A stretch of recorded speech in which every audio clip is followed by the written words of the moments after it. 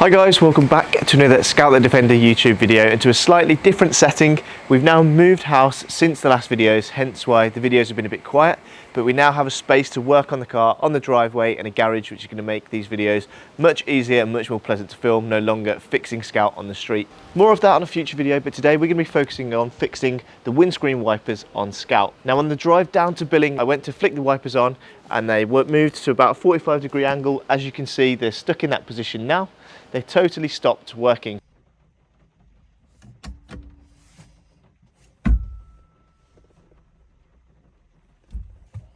So today we're going to try and diagnose that problem. I presume we're probably going to end up having to remove the dash, so it's probably going to be an inevitable headache. But when we do that, we're also going to take advantage and fit some upgrades. So stay tuned throughout the video to see what those are. And we'll get straight into it, trying to diagnose the problem and hopefully fixing these windscreen wipers. So let's go.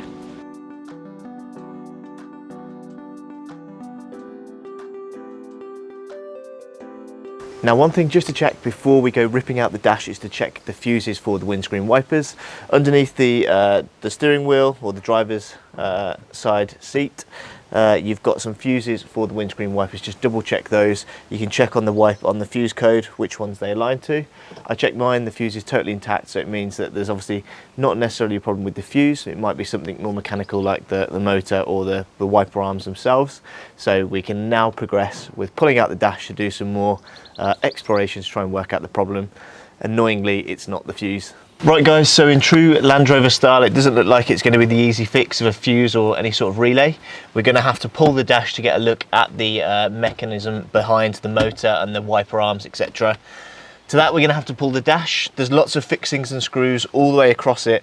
I'm not going to detail exactly how to pull the dash out because it's a long process, but I'll leave a link in the description below to a video that I often watch that guides you through where all the fixings are and what you need to remember to remove. I'll put a GoPro up to time lapse that so we can speed through that, and then we'll get to the motor and the arms and try and work out exactly what's going on.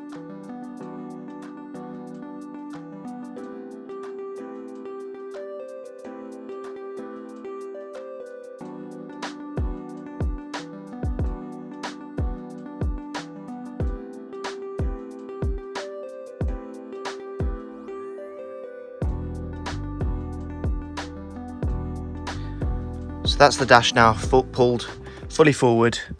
I've got rid of all of the heating ducting, so we can now get to the wiper mechanic itself. If we come down here, this is the wiper box that connects to the spindles, so we'll have to undo that to remove that. And the same down there, one to remove, and then remove also the connection to the motor. So that's the next step. We'll also obviously have to take the wiper arms off, which we'll also do now, and then we can think about what we're going to refit. You can see in here as well just all of the parts that have to come out. So you've got speakers, the speedometer and all of the gauges, the doubled in and fascia unit, all of the ducting that's come out, the steering controls, so washer jets, we'll have to plug that back in obviously when we go to test, all of the trims, all of the clips for the trims all in a mug. So it's quite, as you can see, a lot has to come out to be able to access and do this job.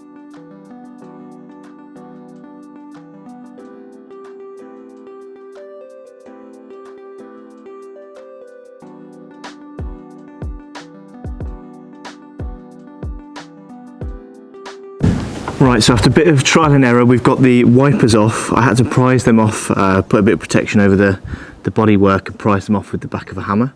The wiper arms are now off. We can now undo the nuts underneath these rubber kind of grommets that keep the water out. Undo those, and then that'll loosen everything so we can pull it through the bulkhead on the other side.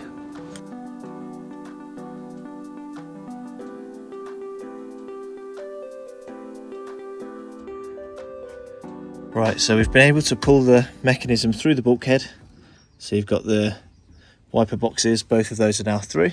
And now we're going to look to remove the motor, and then we can slide all of this out, and then we can start to think about what may have been the problem, and then we can start to replace all of those parts. So we'll undo the motor now, and then we can remove all of this. So I've just loosened those bolts in that bracket to be able to remove the motor, unplugged the plug that goes into here, And now I just need to unwind the wires through and then pull this out. And we'll be able to remove this from the car. Right, here I have the old system, the old motor, the old wiper box arms, and there's a wire running through there that they've run on. What I'm going to do is now remove, I've started to loosen actually these bolts to have a look to see if it was actually seized within here. So sometimes these can go, what I'm reading online, these can be really crusty, and it might be that these keep getting seized, and therefore that's why the motor can't push them. So they don't look too bad. You can see the teeth have worn down a little bit, but there's a lot of grease still in there. You can see as I slide, it's still all moving. It's quite, I guess, mucked up. So I'm going to just work my way through and dismantle that. I might just clean all of this up as well. But you can see in here that it's all really clogged up. So what I'm going to do now is slide all these off. I have to also undo a part of the motor to be able to get the wire that these run along out, and then we've got a fresh kit to swap all this out for. So here's the kit from the guys at LR Parts. In it we've got a new worm, or like a wire mechanic for inside that rod. We've got some new window, some new boxes, wiper gears. It comes with a set of blades. Depending on which ones you want, you can change to be the Bosch Aero Twins, which is what I run, so don't actually need these. And then we've also got some new wind mirror arms. I thought I may as well get the kit because it's all really crusty, so I'll do the wind mirror arms as well. The other wiper gear, and then here we've got the new motor, which comes wired up to that switch already, so it's effectively a 1-for-1 replacement. So what we'll have to do now is take off that existing mechanic, and then we'll run the new stuff into this.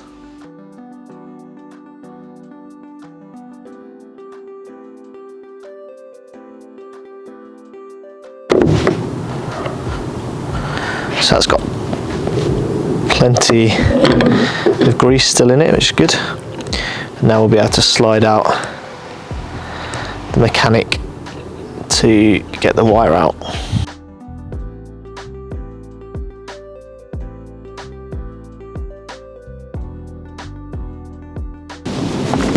Move that old wiper out of the way, so I've got that for reference.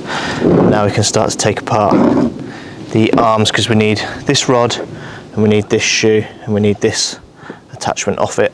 So I'm just trying to get this part of the gear off the original wire. I'm noticing just how seized it is, so if I spin that, it will not go anywhere, whereas if I spin this one, it does slide up and down the wire. So if I move the wire backwards and forwards, that one does spin a bit, whereas this one, if I hold the wire, I can't even get it to move. So it is making me think now that it is definitely one of these that is seized up to the point, probably back here, where it's just no longer moving. Right, so after a lot of persuasion, and by persuasion I mean just cutting the wire off, we've now got that section off. I'm going to keep that because I'm going to measure where I need to cut the new wire, and then we can slide off the tube that we're going to keep to slide the new wire through. And now you can see this one moves freely down the wire. That's what that one should have been doing, but it just wasn't doing it, so I think that is probably the problem why they aren't moving. So we can remove that. I'll put that there. And now we've got the rest of the mechanism that we just need to slide off. We'll keep all of this on, keep all of that together, so we can remember how it goes. So we now need to think about building our new system back up, basically recreating what was there before. The first thing we need to do, and I'm not 100% sure why, but the wire that runs through the gears needs to be cut down to size. So all I've done is put that up against the old wire, even though I had to cut this old one off, match that up, and then we'll cut this wire down to the same length, and then we can start rebuilding the rest of the components. We've now got the wire cut to length. We're going to re-grease that in a second. We'll now start to build the rest of the motor back together based on that. Right, we've undone the bolts on the motor, so now we can see the assembly. As you can see here, it's got a bit of grease in it. I might put a little bit more grease in just to ensure we're not going to get any faults of any sort. As greased as it can be, so we don't get any more seizing like we did before. And with that, we can now grease the line, because we're now going to fit this along and screw this up to the motor's end.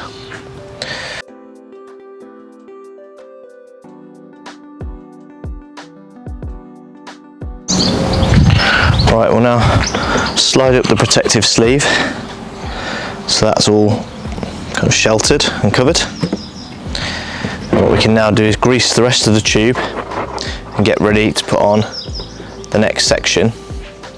Before we do that, we've got the new wiper gear to put on. I can see it's got a bit of grease in it, but I might just put some more in to ensure that, again, we don't get it seized like the last one.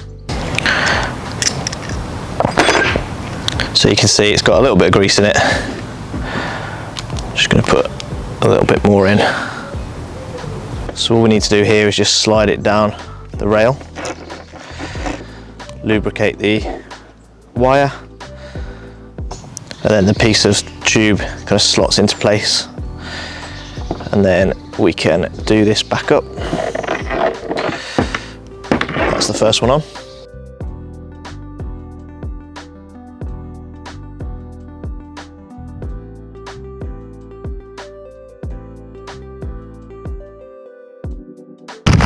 There we have it. That is the mechanism fully rebuilt with the new parts. Now these new gear housings come with the rubber bung and the nut to tie it from the other side of the bulkhead. So we'll push this gear through. We'll have to take this off both of them to enable it to get it through the bulkhead, and then we'll slot these on the other end. But now you can see we've got it all hooked up, ready to reinstall back into the car.